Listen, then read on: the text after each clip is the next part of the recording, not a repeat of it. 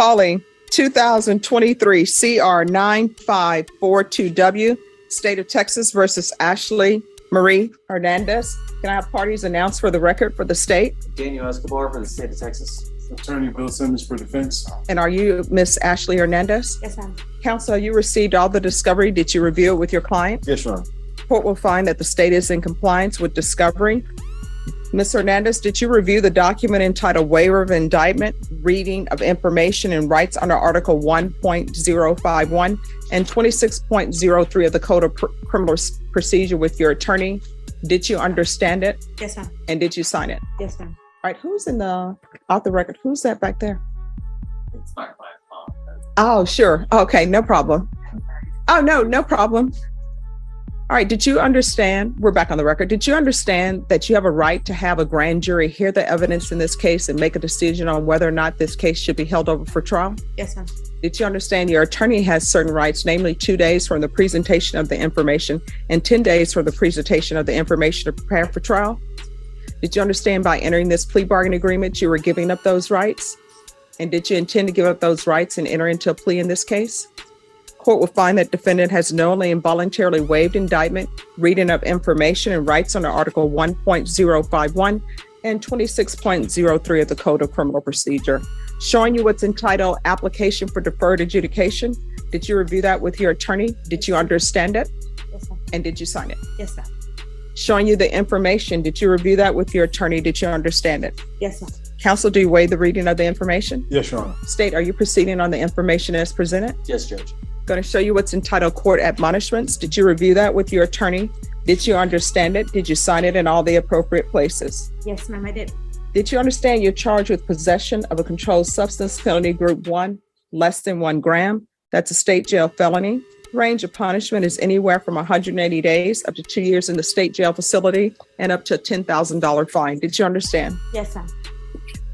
All right, after reviewing state's exhibits 1 and attachments, the court will find there is sufficient evidence to find you guilty. The court will defer finding of guilt as you've applied for deferred adjudication. Are you proceeding with sentencing?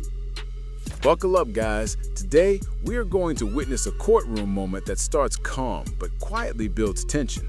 The judge begins with formal procedures, confirming rights and charges, but underneath it all, the weight of a serious drug case is already present. As the defendant agrees to waive key rights and proceed with a plea, you can feel that this isn't just routine. This decision is about to shape everything that follows. Counsel, are we proceeding with sentencing? Yes, Your Honor. Anything you wish to say on behalf of your client? We would just pray that the court follow the plea agreement. All right, Ms. Hernandez, when's the last time you were employed? Like 4 months ago. Doing what? My dad has he owns a lawn care. All right, what's the name of this person you were with? Like working? No, Jack in the police report. Oh, some homeless guy that I was out there with.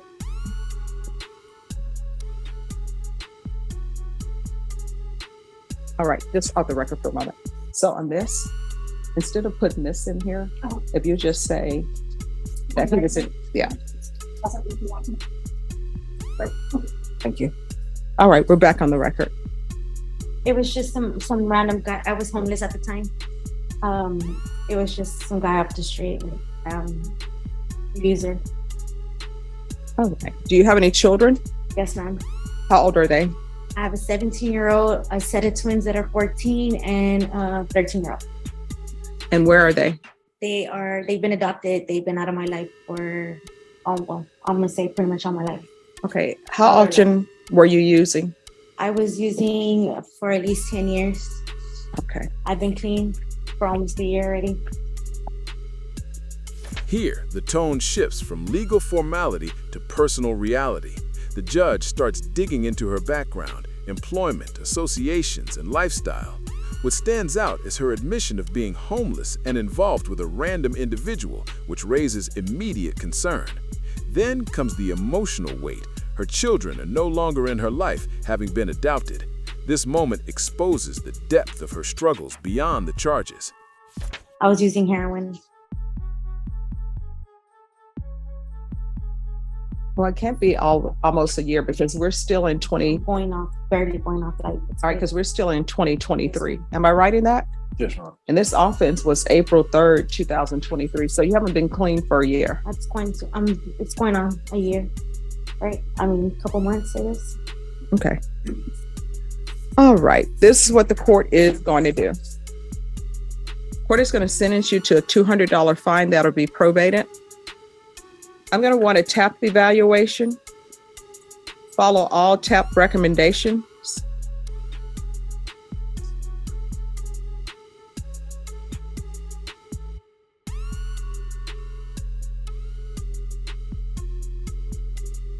Sorry. Follow TAP recommendations. If they recommend inpatient treatment, she needs to go to inpatient treatment. And that's to be followed by felony drug court, 4 years deferred adjudication, 150 hours of community service restitution. The TAP evaluation is to take place in custody. Proof of employment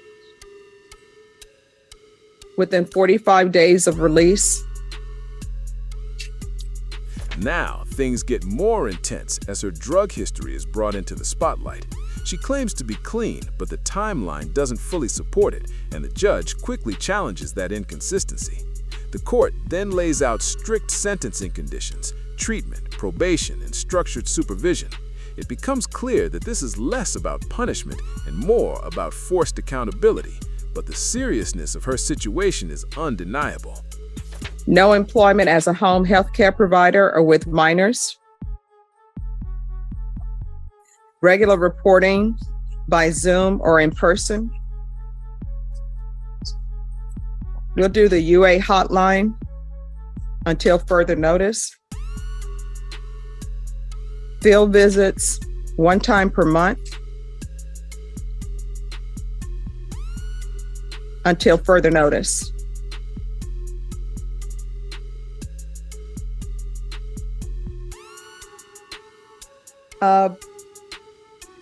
Probation, is there anything else she needs?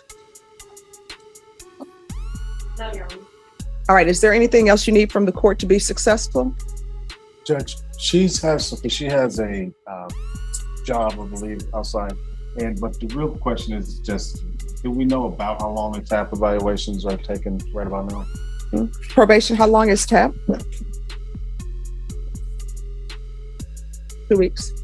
Would the court consider,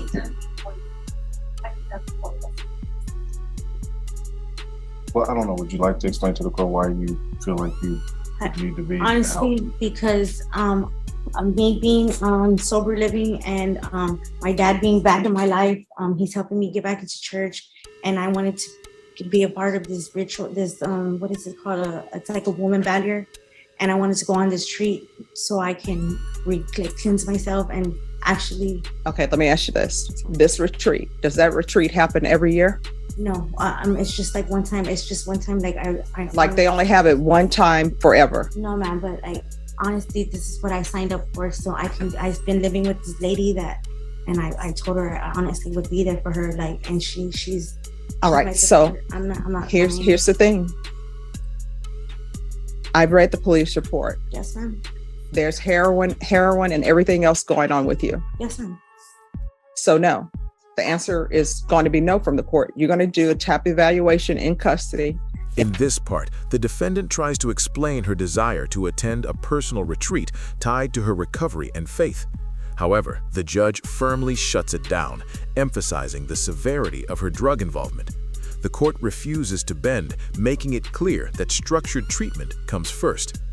This is where personal hopes clash directly with legal reality, and the system wins. And if they recommend inpatient treatment, you're going into inpatient treatment. Do you understand? Yes, ma'am. All right. Have you been to prison before? Yes, ma'am. For what? For intent to deliver. All right.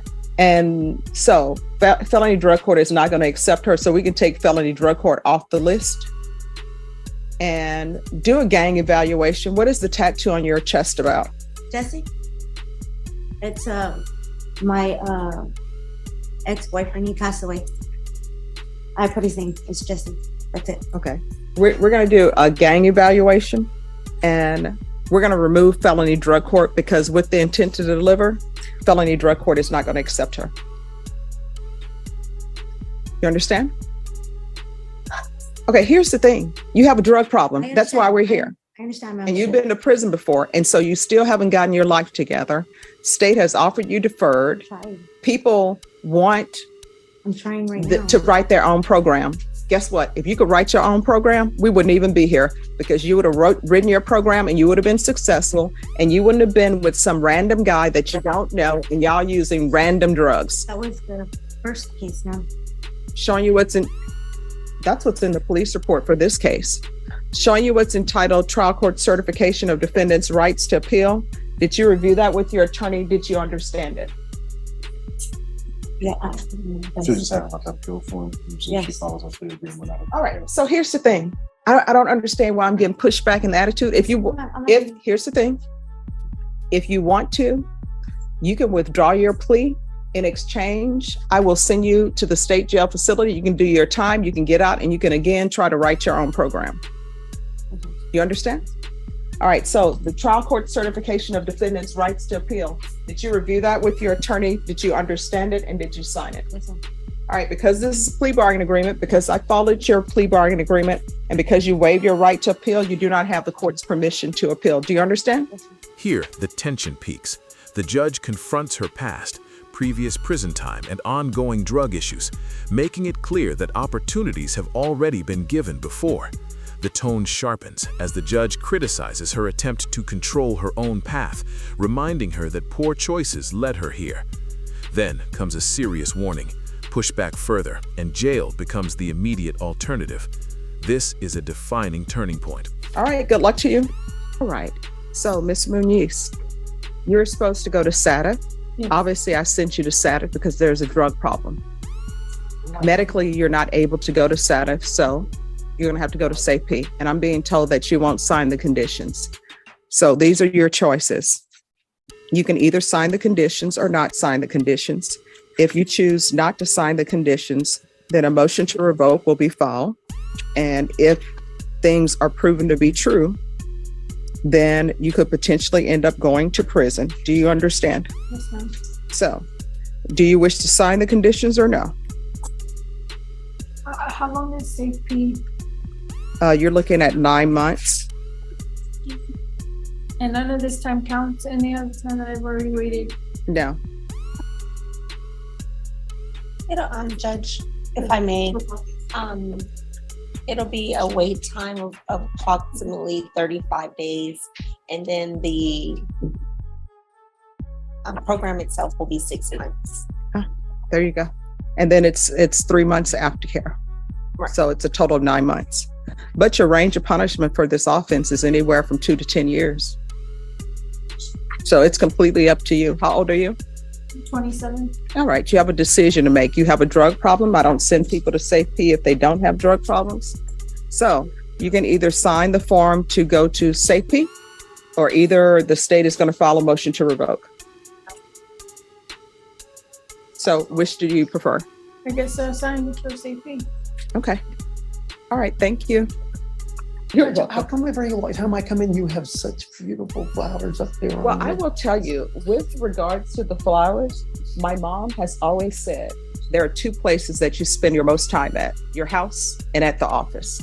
And she says that your office atmosphere should be beautiful. It should be nice. You should make it as cheerful as possible because half of your life is going to be spent at work.